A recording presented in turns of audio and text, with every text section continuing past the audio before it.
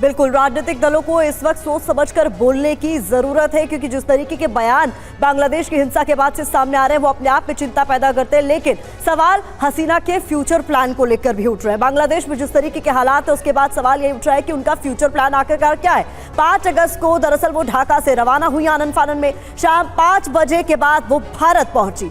42 घंटे से भारत में ही मौजूद है शेख हसीना। अब किस देश में जाएंगी अभी तक ये तय नहीं हो सका है, लेकिन कई तरह की संभावनाएं व्यक्त की जा रही है। ब्रिटेन जाने की खबर थी, लेकिन वो अब तक फाइनल नहीं हो सकी है। इस्लामिक देशों से कोई भी ऑफर उन्हें नहीं मिला है और अमेरिका ने तो वीजा रद्द कर दिया।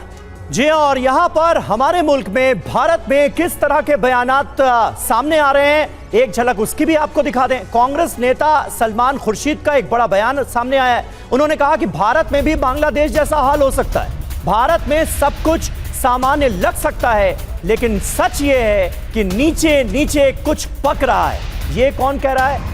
सलमान खुर्शीद कांग्रेस पार्टी के वरिष्ठ नेता हैं, केंद्र की सरकार में मंत्री रह चुके हैं यूपीए के वक्त, और उनकी तरफ से ये बयान सामने आया है।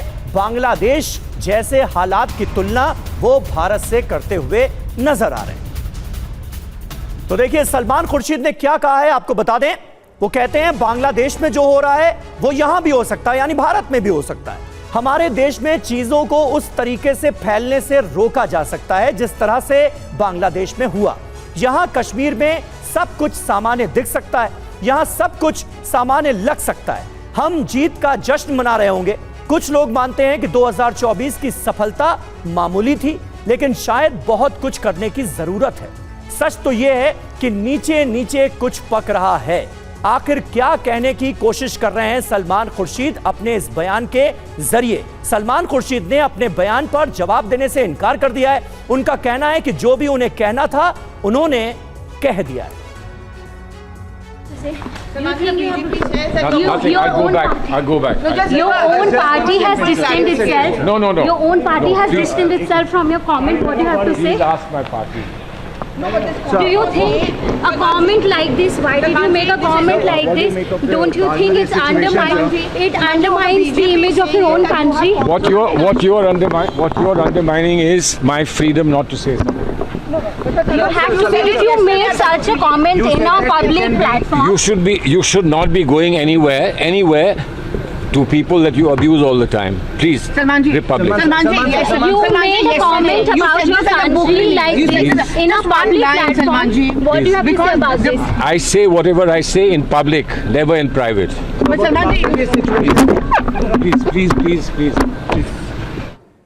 तो सलमान खुर्शीद ने पहले वो बात कही जिस पर एतराज हुआ, लेकिन उस पर जवाब जब उनसे मांगा गया तो वो बचते हुए नजर आए। सलमान खुर्शीद के बाद सज्जन वर्मा का भी इस बीच विवादित बयान सामने आया है। एमपी कांग्रेस के नेता सज्जन वर्मा का जो बयान है वो ये कि पीएम निवास पर कब्जा कर लेगी जनता, जो जनता सड़क पर है वो करेगी कब्जा। इस तरीके की बात एमपी कांग्रेस के नेता सज्जन वर्मा की ओर से कही गई।